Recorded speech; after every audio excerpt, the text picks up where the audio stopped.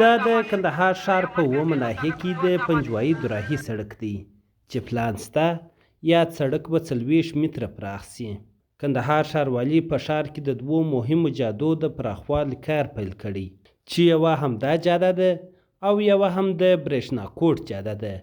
د کندهار ښاریان وایي د دغه جادو پراخوالی به د ښار ښکلا نوره هم ډیره کړي او ترڅنګ به یې د ترافیکي پیښو مخ هم تر یو حده ونیول سي.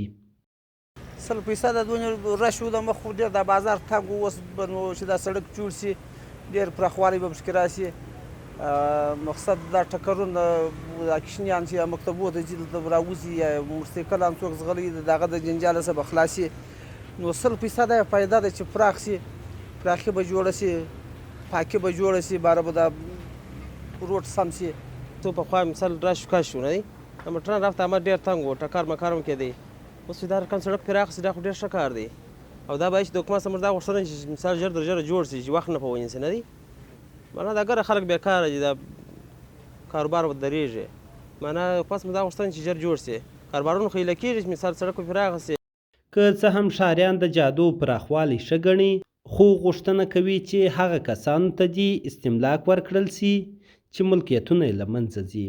د مسلمانانو کورونه پکښې ولاړه، له څه ځایونه چې درلود هغه پکښې ولاړه، پیسې نه لري، دنیا نه لري، جایداد نه لري، مجبوره مکلفه یې دولت باید دا کومک ورسره وکړي چې یو سپک ځای د مسلمانانو ته ورکړي د دې په بدل کې. زما دلته و دوکان و، شاته یو کوچنی سرای و. هغه کوچنی سرای پر مخ ولاړ، شی نه دی پاته، 4 خونې سرای و. د سرای و شاته اوس یو 3 متره قدر ځای را پاته دی، پر دې مې دوکانونه جوړ کړو. نو موږ د ښاروالو څخه دا غوښتنه کوو چې خاورې ولوټو دا ګر په سړکانو پراته دي. د کندهار ښاروالي ویان سیف الله سیم وایي چې د هغه کسانو استملاک ورکول کیږي چې اسناد ولري، خو د هغه کسانو استملاک نه ورکول کیږي چې د ملکیتونو اسناد ونه لري. هغه وایي دغه دواړې جادې به 40 متره پراخې سي. بل مهم سړک چې دی هغه د کندهار ښار د اوومې ناحیې اړوند د پنجوایي دوراهي سړک دی.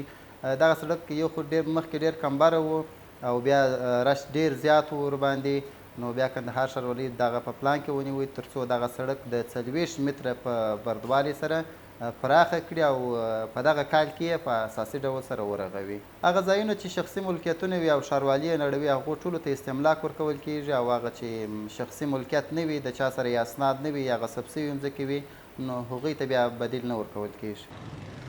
دا په داسې حال کې ده چې روان کال د کندهار په 3مه ناحیه کې د ګل کلاچې او 2مه ناحیه کې د نورزو شابرج او یخ کاریز ترمنځ سړکونه په اساسي شکل ورغول شوه.